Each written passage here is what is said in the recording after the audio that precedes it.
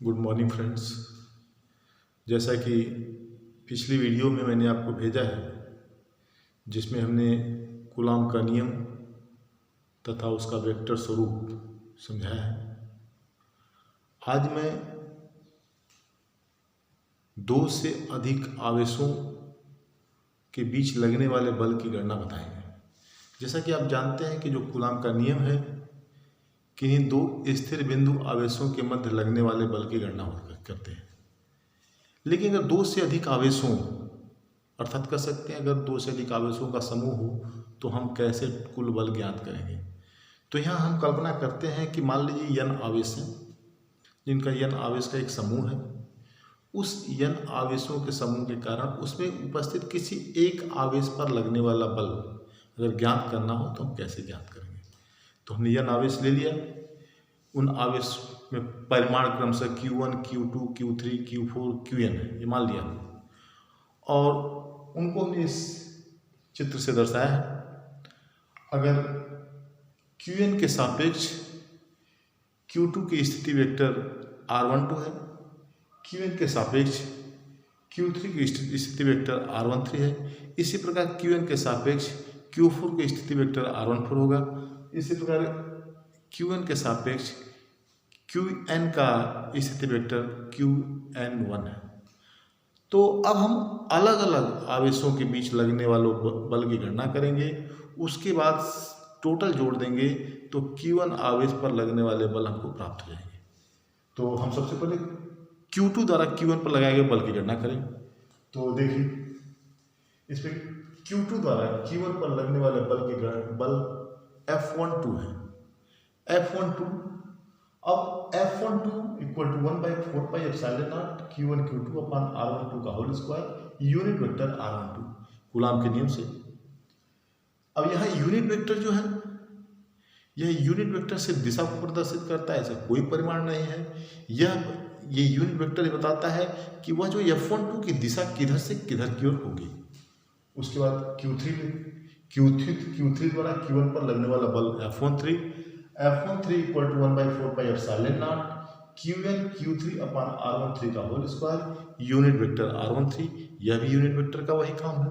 इसी प्रकार nवें आवेश द्वारा Qn आवेश Q1 द्वारा Q1 पर लगने वाला बल F1n equal to 1/4 pi epsilon naught Q1 Qn upon R1n का whole square into unit vector R1n। Total बल अगर ज्ञात करना, हमने बताया कि टोटल बल ज्ञात करना है तो Q1 आवेश पर लगने वाला अलग अलग बल को जोड़ देंगे। तो Q1 आवेश पर लगने वाला अलग अलग बल F12 plus F13 plus F14 plus F1n equal to, अब इसको चूंकि 1/4 पाई एप्सिलॉन नॉट सब में कॉमन है, Q1 Q2 अपॉन R12 का होल स्क्वायर यूनिट वेक्टर इतना R12 Q1 Q3 upon R13 का whole square unit vector R13 इसी plus Q1 Qn upon R1 का whole square unit vector R1। यह तो Q1 आवेश पर लगने वाला बल हम ज्ञात कर लिए। अगर मान लीजिए इसी प्रकार आपको Q2 आवेश पर लगने वाला बल ज्ञात करना हो तो आप Q2 के सापेक्ष सबका पोजीशन वेक्टर लेंगे।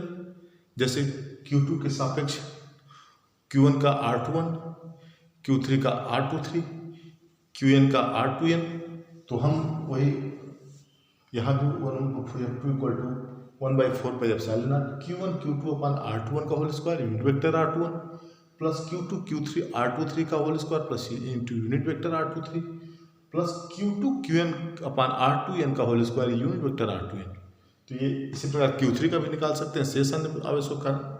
तो ये हमारा जो है बल, अगर हम जो है आवेश समूह का बल ज्ञात करना हो तो समूह के कारण किसी तो इस फार्मूले से इस तरीके से हम बल को ज्ञात कर सकते हैं।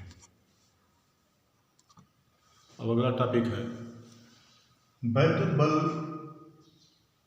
का गुरुत्वाकर्षण बल से तुलना। जैसा कि हम जानते हैं कि दोनों बल जो है असंपर्क बल है, नॉन कांटेक्ट फोर्स। जैसे संपर्क बल दो प्रकार का होता है, संपर्क बल और असंपर्क बल, कांटेक्ट फोर्स और non contact force. Contact force का मतलब होता है कि जब दो निकाय या दो पिंड आपस में संपर्क में आते हैं उनके बीच जो बल लगता है वो कांटेक्ट फोर्स होता है। जैसे आपका घर्षण बल यांत्रिकी बल, ये सब जो है हमारा कांटेक्ट फोर्स है। लेकिन अगर हम वैद्युत बल की बात करें या गुरुत्वाकर्षण बल की बात करें तो दोनों बल जो है असंपर्क बल है। और दूसरा चीज में जो वैद्युत बल होता है उसमें आकर्षण बल और प्रतिकर्षण बल दोनों प्रकार का होता है। जैसे कि हम जानते हैं कि अगर दो समान आवेश हैं तो उनके बीच प्रतिकर्षण बल होगा और असमान आवेश हैं तो उनके बीच आकर्षण बल होता है। लेकिन गुरुत्वाकर्षण बल में ऐसी बात नहीं है। गुरुत्वाकर्षण बल में सिर्फ और सिर्फ आकर्षण बल होता है। और जो तीसरा जो महत्वपूर्ण है कि वैद्युत बल आवेशों के मध्य उपस्थित माध्यम पर निर्भर करता है, लेकिन जो गुरुत्वाकर्षण बल है द्रव्यमानों के मध्य माध्यम पर निर्भर नहीं करता। जैसा कि हम जानते हैं कि F समानुपाती Q1 Q2 अपान KR², जबकि यहाँ हम जानते हैं कि F समानुपाती M1 M2 अपान R²। तो अगर हम ये देखें तो इन दोनों के बीच का तुलना अगर करें तो यही समझ में आता है कि जो ये संपर्क बल, ये दोनों असंपर्क बल है। एक में आकर्षण और प्रतिकर्षण दोनों बल लगता है, एक में सिर्फ आकर्षण बल लगता है और एक माध्यम पर निर्भर करता है और यह माध्यम पर निर्भर नहीं करता। अगर इलेक्ट्रॉन हम लें, 2 इलेक्ट्रॉन ले लें और उनमें दोनों बलों की तुलना किया जाए, गुरुत्वाकर्षण बल और वैद्युत बल, तो हम देखते हैं कि दोनों इलेक्ट्रॉनों के बीच लगने वाला जो वैद्युत बल है वह गुरुत्वाकर्षण बल का 10⁻43 गुना होता है। जो वैद्युत बल है गुरुत्वाकर्षण बल का 10⁻43 गुना ये बल, तो ये इससे बहुत स्ट्रांग फोर्स है, इससे कई गुना बड़ा होता है। अब अगला है वैद्युत क्षेत्र। वैद्युत क्षेत्र, कोई आवेश है तो प्रत्येक आवेश अपना एक फील्ड बनाता है और वह फील्ड किस प्रकार का फील्ड होता है? वह फील्ड एक वैद्युत बल, जिससे अर्थात वह ऐसा फील्ड होता है जिसमें दूसरा कोई अगर आवेश लाते हैं तो वह भी एक बल का अनुभव करने लगता है। तो अगर कोई आवेश है उसके चारों तरफ का वो क्षेत्र जहाँ तक कोई दूसरा परीक्षण आवेश जहाँ तक बल का अनुभव करेगा वह क्षेत्र उस आवेश का वैद्युत क्षेत्र कहलाएगा। जैसे हमने लिखा है कि किसी आवेश के चारों तरफ का वह क्षेत्र जहाँ तक कोई दूसरा परीक्षण आवेश वैद्युत बल का अनुभव करता है वह क्षेत्र वैद्युत क्षेत्र कहलाता है। अब जैसे मान लीजिए कि हमें कोई आवेशित Q है, अब इसी के कारण हम इसका वैद्युत क्षेत्र ज्ञात करना चाहते हैं, कहाँ तक वैद्युत क्षेत्र है। तो हमने एक परीक्षण आवेश लिया और यहाँ तक देख रहे हैं कि यहाँ तक ये वैद्युत बल का अनुभव कर रहा है, इसके बाद वैद्युत बल का अनुभव नहीं कर रहा है, तो यहाँ तक का क्षेत्र जो है यह वैद्युत क्षेत्र कहलाता है। इसके बाद का क्षेत्र वही अनंत क्षेत्र कहलाता है। यहाँ इस आवेश का कोई प्रभाव नहीं है, उसे अनंत कहते हैं।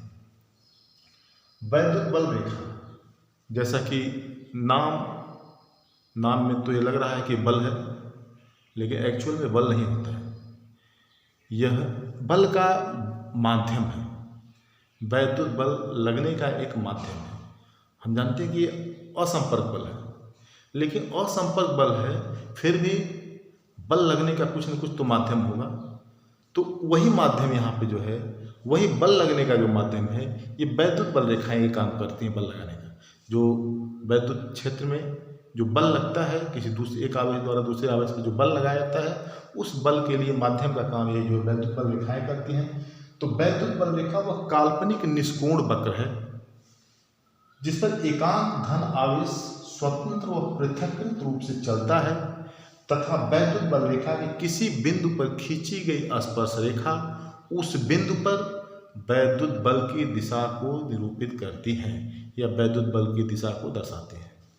जैसे मान लीजिए कि हमने यह वैद्युत बल रेखा है, इस पर हमने वैद्युत बल रेखा पर एक स्पर्श रेखा खींच दिया। यह स्पर्श रेखा, तो ये जो स्पर्श रेखा है, यही स्पर्श रेखा जो है वैद्युत बल की दिशा को प्रदर्शित करता है। तो ये वैद्युत बल रेखा है। अब अगला जो है इसके बाद का हम आपको अगले वीडियो में भेजेंगे। धन्यवाद।